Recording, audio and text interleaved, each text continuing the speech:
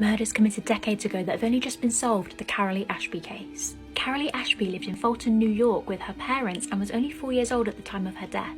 On the evening of Halloween in 1968, Carolee went to the local shop with her older sister Darlene to buy birthday candles for Darlene's upcoming birthday party. Carolee was in a fancy dress costume ready for trick-or-treating later that night. 15-year-old Darlene was holding her little sister's hand when Carolee was struck by a vehicle, and the driver didn't stop.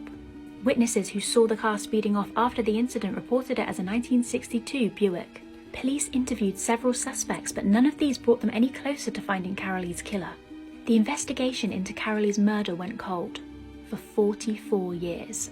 In 2012, a retired police officer named Ross Johnson thought he might find some luck by posting the details of Carolee's case on Facebook. By this point, both of Carolee's parents had passed away.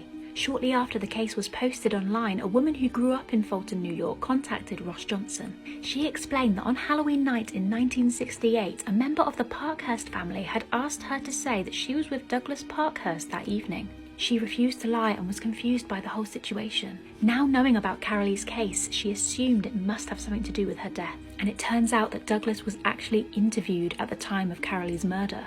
Douglas was only 18 at the time of the hit and run, and there wasn't sufficient evidence to convict him. After the tip from the woman in 2012, Douglas was interviewed again several times, and Douglas eventually admitted to hitting Carolee with his car. He confessed that he'd been drinking in a bar that night and he thought he hit an animal. He claimed that he only realised he'd hit a little girl when he heard the news of Carolee. Even though Douglas had confessed to the crime, unfortunately the statute of limitations had already expired and he couldn't be convicted. And according to the Ashby family, he never apologised for his wrongdoing. Now here's where things get super freaky. In 2018, Douglas Parkhurst was killed in a hit and run himself. The woman killed him when she drove onto a little league baseball field, and he saved a group of young children from being hit by the vehicle. Some people described him as a local hero, while some people said, "That's karma." What do you think?